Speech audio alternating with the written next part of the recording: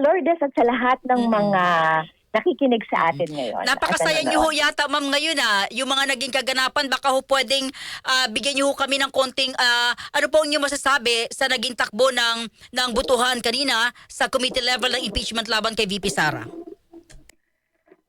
Mainam naman na determine na sufficient sa form at substance ang Mm. mga verified impeachment complaint at patuloy natin ito babantayan hanggang dun sa next step na Mm. madedetermine na natin kung may probable cause ba para mag-proceed itong impeachment. Para ho sa inyo ma'am, naging fair ho ba kayo at yung, kasi itong lalabas ma'am, no, sa kabila, baka sabihin, politika kasi yan, hindi sila patas. So, ito pong naging deliberasyon kanina at kahapon.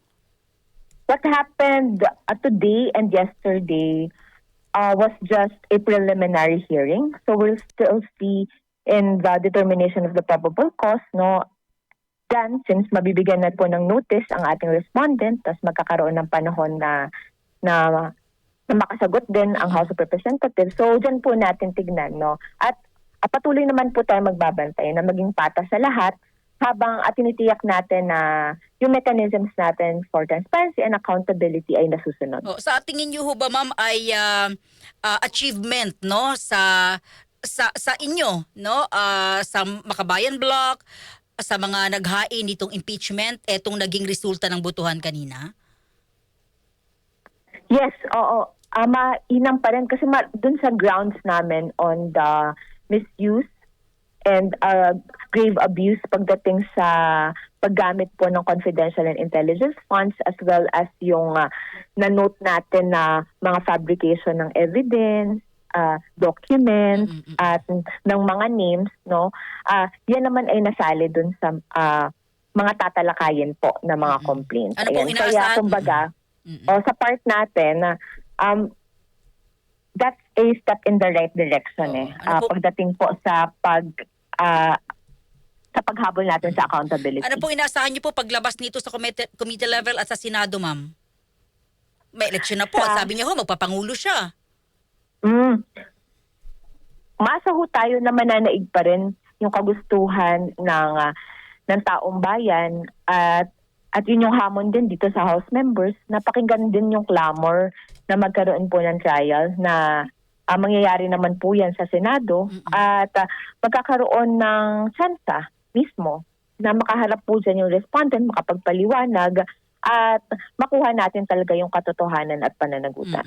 Ma'am, humingi ng sorry yung inyo pong kasamahan at kasamahan nyo rin pong bumoto kanina sa impeachment dito po sa mga kababaihan at kay Miss Ann Curtis. Pero sa pag-sorry niya, may banat. Hindi naman ako naintindihan wala na ako ibig sabihin So, ma'am, ano ba ang inyong apila kasi may mga apilang baka pwedeng sumailalim ka sa gender sensitivity. Ano pong stand po ninyo rito, ma'am, as Gabriela Party List?